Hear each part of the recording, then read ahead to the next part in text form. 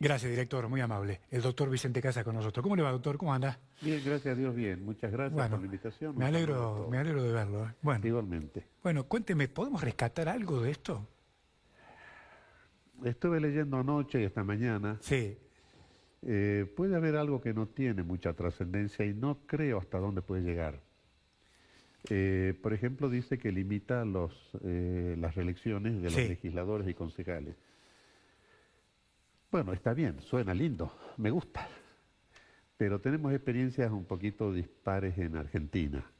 Hace unos años en la provincia de Buenos Aires se dictó una ley la ley electoral donde limitaba la reelección indefinida de los intendentes a un periodo, una vez más uno.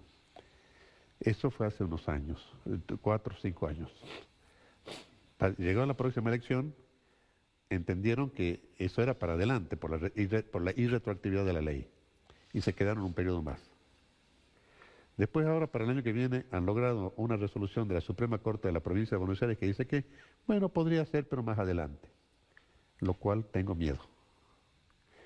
Usted apunta a algo que ha dicho recién en su columna y es el tema de la reelección. Yo siempre he dicho que por formación universitaria a mí me han educado en aceptar la reelección, pero resulta que el tiempo se encargó de demostrarme que no era buena en sociedades como la nuestra. No lo digo por ningún presidente o gobernador que ha sido, pero el que es reelegido indefinidamente se convierte en un tirano, al cual la sociedad no tiene forma de sacárselo de encima. Entonces cambié de opinión en un momento y dije, hasta aquí llegué con lo que mis maestros me formaron.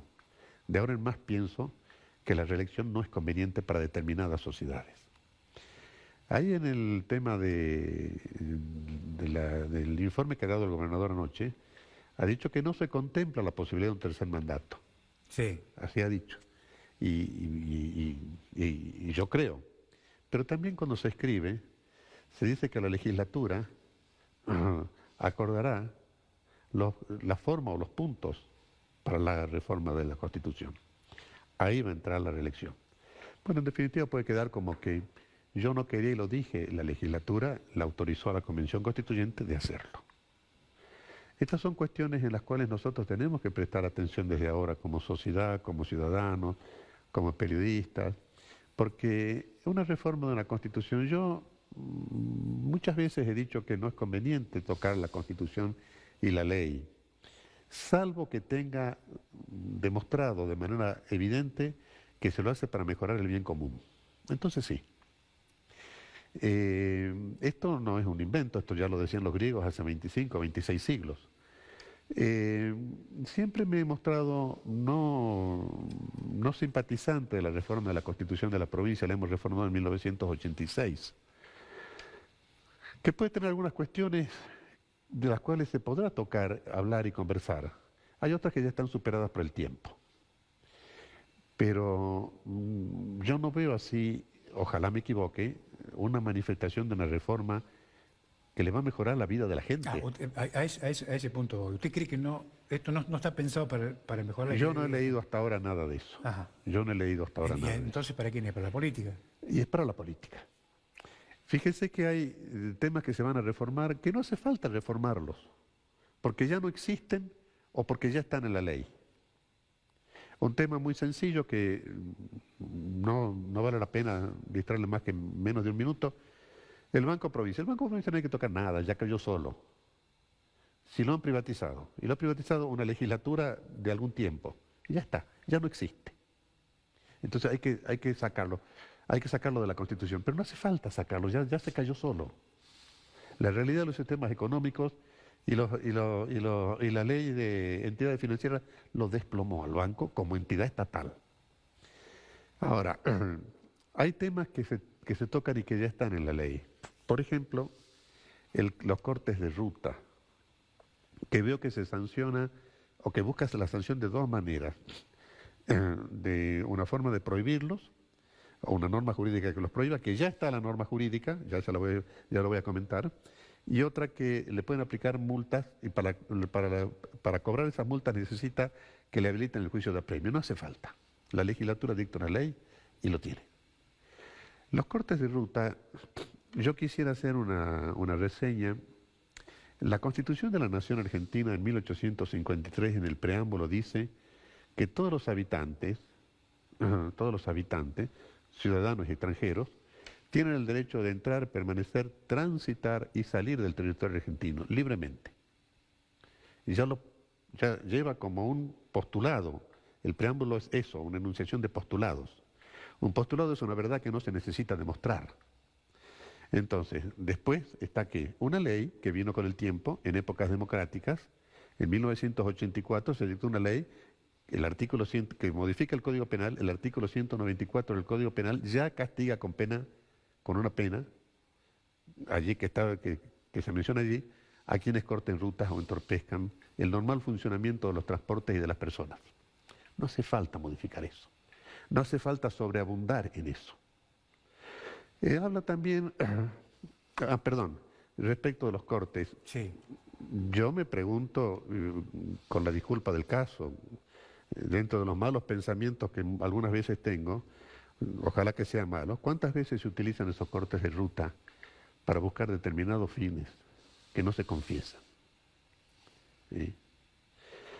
Se habla de la posibilidad de excluir del indulto a aquellas personas que han cometido delitos de corrupción, creo. Sí.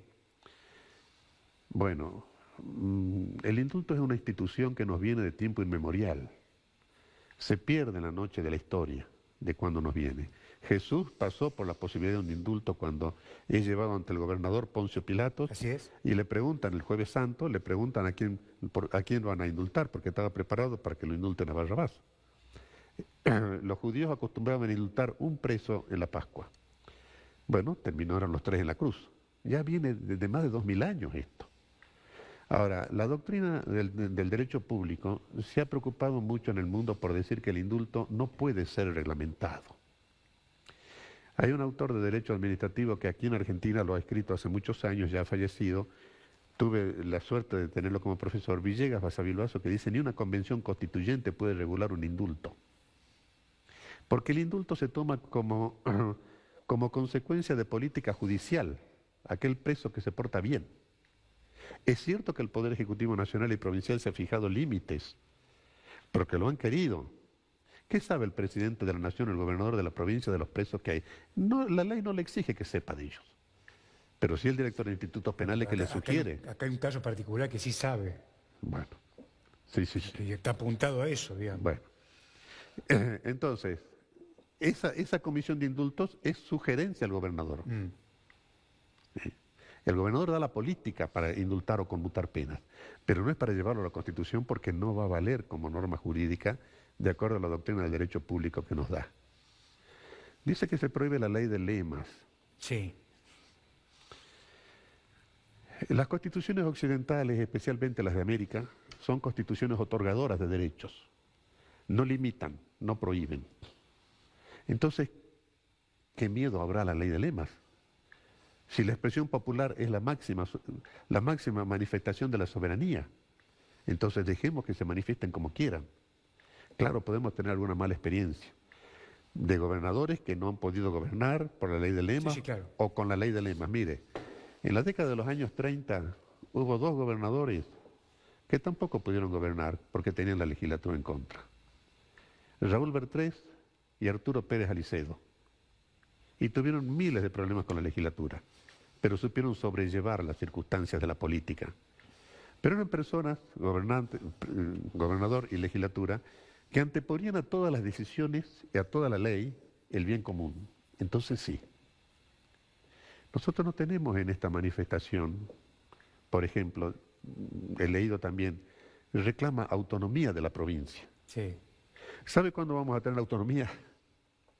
¿Sabe cuándo vamos a lograr la autonomía? Cuando dependamos económicamente de nosotros mismos. Lógico.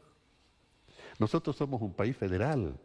Reclamar autonomía ahora que lo hemos discutido, desde 1810 hasta 1853 íbamos a ser unitarios o federales, y ahora volvemos a reclamar si vamos a ser autónomos o no. Doctor, perdóneme, ¿qué requiere una provincia para ser autónoma? Primero que nada. Bueno, lo que la Constitución dice, se dan sus propias autoridades, se rigen por las leyes que se dictan, No lo dice, pero el sentido común nos dice que vivan con lo que ustedes tienen. Mm. Pero si vemos que el gobernador, no varios atrás, cada rato viajan a Buenos Aires o mandan al ministro de Economía en búsqueda de mejores dineros o presupuestos para las arcas. Es que quizás hay un problema que no se dice y también podemos conversarlo. Quizás alguna provincia, nosotros hoy, en el pasado, hemos gastado de más. Bueno, esto hay que corregirlo. Se habla de los tratados internacionales y se menciona los tratados de la mujer, se lo dice como igualdad de género, Sí. y los derechos del niño. Los tratados internacionales son facultades que las provincias han cedido a la nación, por eso son internacionales, no lo firma la provincia, lo firma la nación. Y estos dos tratados ya están en la Constitución con la reforma de 1994. Los tratados de no discriminación de la mujer y los tratados de los derechos del niño. Son 10 tratados que se incorporaron con el rango constitucional que dice el artículo 75, inciso 22, nada más. Entonces, después se incorporaron 2 más, son 12 hoy en día. Entonces, si eso ya está, lo que tenemos que hacer es cumplir ese tratado. Correcto. No hace falta reunir una constituyente para que diga, esto está bien, porque ya está bien desde 1994, en la reforma de la Constitución de la Nación que se hizo. Entiendo. Se habla usted mencionó recién el Consejo de la Magistratura en la Justicia. Sí. Bueno, siempre la elección de un juez es una tarea difícil para toda sociedad, especialmente la selección de un juez en lo penal, porque se deposita en sus espaldas la pesada carga de juzgar la conducta de sus semejantes. Bueno, el Consejo de la Magistratura en la Nación ha sido creado en la reforma de 1994 y ha tenido sus fallas. Sí. Varias veces. Entonces, ¿vamos a transitar el mismo camino? No. Estos son temas para conversarlos. Yo creo que esto de sacar la reforma de la Constitución, yo creo que lo dije recién, no he sido tan proclive nunca a reformarlo, pero bueno, ya la decisión política está tomada, parece que los diputados que necesitan a la legislatura ya están. Pero perdóneme, lo detengo un poquito en el tema de la selección de los jueces. Usted fue candidato a gobernador. Sí. Si a usted le hubiera tocado definir, como está planteado hoy el sistema, si hubiera autolimitado... Sí. Sí. Bueno, esto acá no existe. Sí. Como tampoco existe en el Consejo, hoy tampoco existe en el Consejo de la Magistratura Nacional.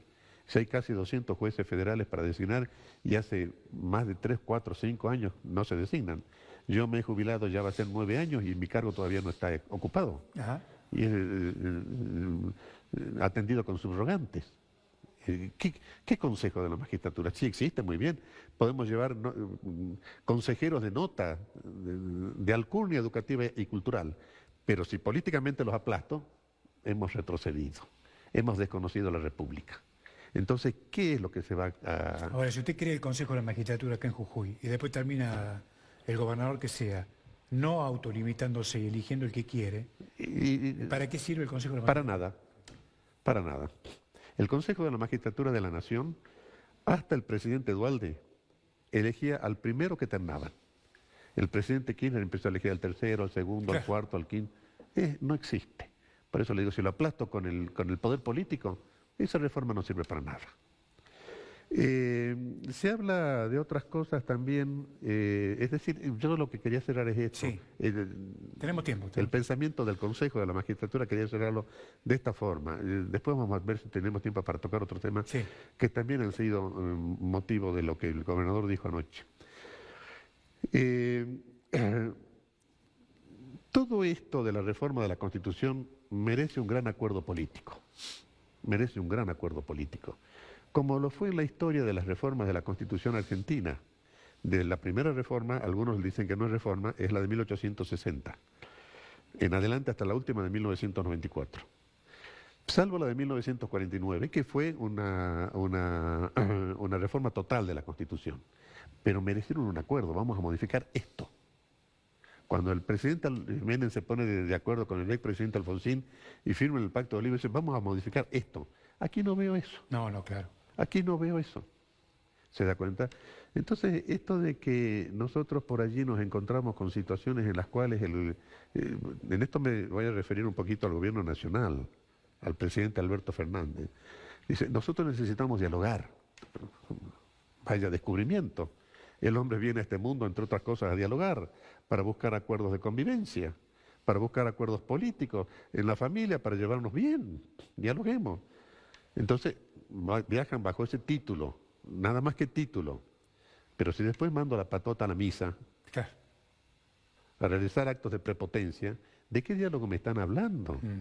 ¿Qué hubiera pasado si la oposición hubiera ido a misa? No sé si alguno salía vivo. Son temas que hay que tocarlos con un poquito más de serenidad y de seriedad. Habla de los pueblos originarios. En esto hemos tenido un vuelco importante en la reforma de 1994 de la Nación, que también está en la Constitución de la Nación. No hace falta tocar eso. Nosotros teníamos en 1853, cuando decía la Constitución, establecer un trato pacífico con los indios y procurando la conversión de ellos al catolicismo. En el 94 decimos, no son indios, está perfecto, está bien. Indio fue de un error de Cristóbal Colón, que él creyó que había llegado a las Indias, nada más. Ahora dice, vamos a hablar de los pueblos originarios, respetando su identidad étnica, cultural, su idioma, está perfecto. Pero ya está. ¿Qué más podemos agregarle a los pueblos originarios? Algo más tan rico como dice la Constitución de la Nación. Hay dos temas que siempre me interesan a mí. La educación y la salud. sí. En la educación dice algo. En salud no dice nada. No he leído, a lo mejor pido disculpas si estoy cometiendo una injusticia, y no he tenido tiempo de leer más detenidamente de la salud. La educación habla de una educación para la búsqueda, algo así como para la salida... Creación de empleo. Exactamente. Bueno, pero nosotros, yo creo que no está mal lo que dice. No, pero tiene que ver con las condiciones. Claro. Nosotros tenemos que, es decir, la persona, el niño tiene que educarse para la vida cívica. Correcto.